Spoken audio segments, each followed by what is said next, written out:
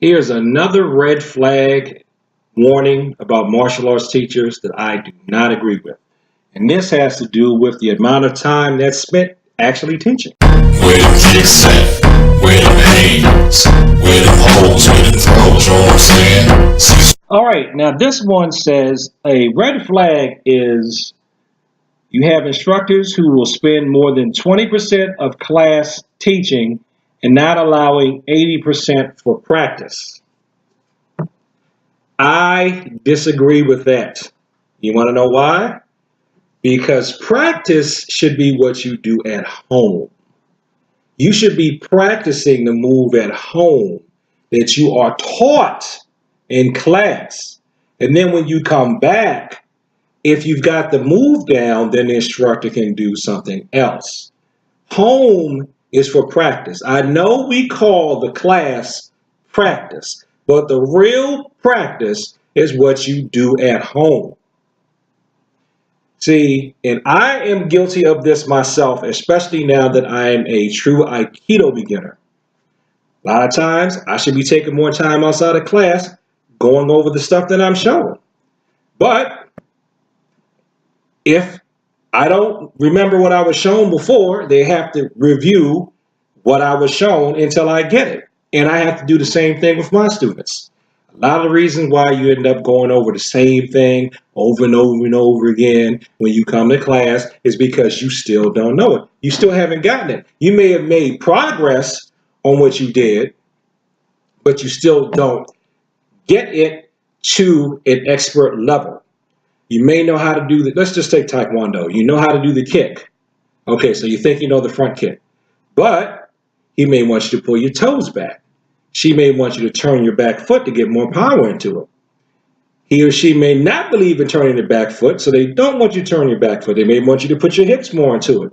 Maybe now that you can do the kick with your hands down, they want you to do the kick with your hands up. Maybe now they want you to do the kick off the front leg and the back leg. Maybe they want you to do a jump version of the same kick. Maybe they would actually like for you to be able to pull the kick off in sparring. Now, I just picked front snap kick or front kick as an example because that's the first thing you learn. Most people learn that pretty easily, but then again, some people don't. Maybe your hamstrings are so stiff that you can't kick above the waist with it. And it's not like you're 65 and we're not going to loosen up those hamstrings no matter how hard we try. You see what I'm saying? I was in a class one time, and I won't say the name of the instructor, even though I'm not saying anything bad about him. He knows who he is if he's watching this. He brought out a chalkboard, blackboard, wrote all this stuff down. I felt like I was in a college course. But you know what? He spent 80% of that class time teaching. We only had 20% of the time to practice it. But because of his, I'll give a hint of who it was, because of his judo calculus, I learned the pinning sequence I've been working on for years. I couldn't remember which way to go with the sequence. Like 3 different teachers had shown me the same sequence. I should have known how to do that sequence by then, and I just didn't get it. But when he told me the simple thing of go clockwise on the body, and I asked him some questions about how he did it, I got the pinning sequence down because he spent time teaching it. Teaching it. Look, if you've really got a decent instructor, one thing that you will know is that you're not going to be huffing and puffing all the time. There's going to be some times when you're huffing and puffing, and there's going to be some times when you're thinking. Because you can't just spend the whole time moving around. Not if you're really truly learning the art.